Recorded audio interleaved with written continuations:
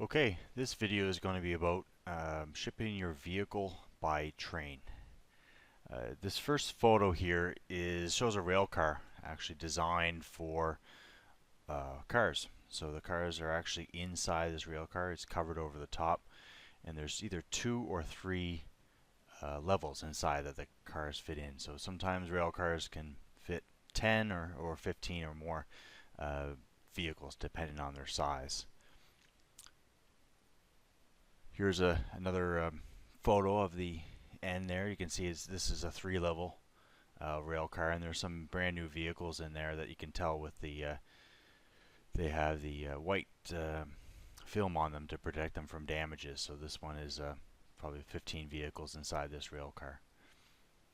Here's another view of that same rail car. You can see the vehicles are loaded in and the doors are just being shut. There's the ramp and a vehicle being offloaded from the train. This photo shows a wheel chock. This is how the vehicles are actually secured, and so they don't move around inside the train. So these vehicles they're not even tied down to the train by ropes or chains. They're actually just wedged in with these wheel chocks. And here's some other photos of how these chocks work. It just goes behind the tire and stops the vehicle from moving back or forward. If you have a really low vehicle, we might not be able to ship it by train just due to this low clearance here. We need to make sure there's enough room for this wheel chock to go in. If the vehicle's lowered and the rest of the vehicle comes down to here, then it won't be able to be properly secured and could damage the underside of the car. So just some reasons why to ship your car by train. It's one of the most economical ways to ship. It's much cheaper to ship by train than it is by truck. It's one of the safest ways to ship, and it's a very popular mode of transport that's used by a lot of car manufacturers and dealerships. You might be reading online about some other people's experiences on shipping by rail, and just keep in mind that a majority of vehicles are shipped by rail.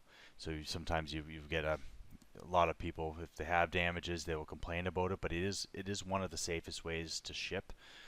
There's lots of vehicles, and like I said, a lot of new vehicles are shipped that way as well. So it's one of the best and most chosen methods of shipping. When you're shipping by train, there's only some items that are allowed to be inside the vehicle. You can't stuff your vehicle with personal items. You're allowed to have tires, baby seats, and just any other vehicle documents that come with the car can be left inside it. For rail shipping, there's not terminals in every city. The main terminals are located in Scarborough, in Delta, and in Calgary. During the summer months, there is some trains that go there from Toronto. So these are the 3 locations there that rails go to and from. So if you're shipping, for example, from Nova Scotia to BC, your vehicle would be shipped by truck to Scarborough, and then load onto the train there, and then it would go to Delta, BC. Same if it was shipped from, say, Victoria to Montreal. It would be shipped by truck to Delta, BC, then loaded on to the train and shipped by train all the way to Scarborough, and then trucked up to Montreal. Here's a graphic kind of shows the process there. If you're shipping from BC to Nova Scotia, it would go from the terminal in Vancouver on the train to Toronto, and then a truck would take it there the rest of the way to Nova Scotia. So how long does it take? Once there's enough vehicles to fill a rail car, then it will depart. So departures are approximately once a week, and it may be more frequent in the summer months. So once there's about 10 to 15 vehicles at the train terminal ready to go, then the train will be loaded and depart.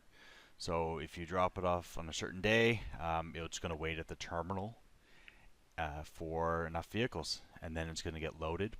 And once it's loaded onto the train, it's about 9 to 13 days for it to arrive in the next train terminal. So that's an estimate there for shipping from between Delta, BC and Scarborough, Ontario. So if it's going to other locations other than terminal to terminal or to another province after it gets off the train, then it would increase the transit time even more.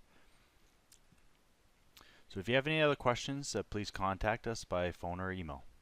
Thank you.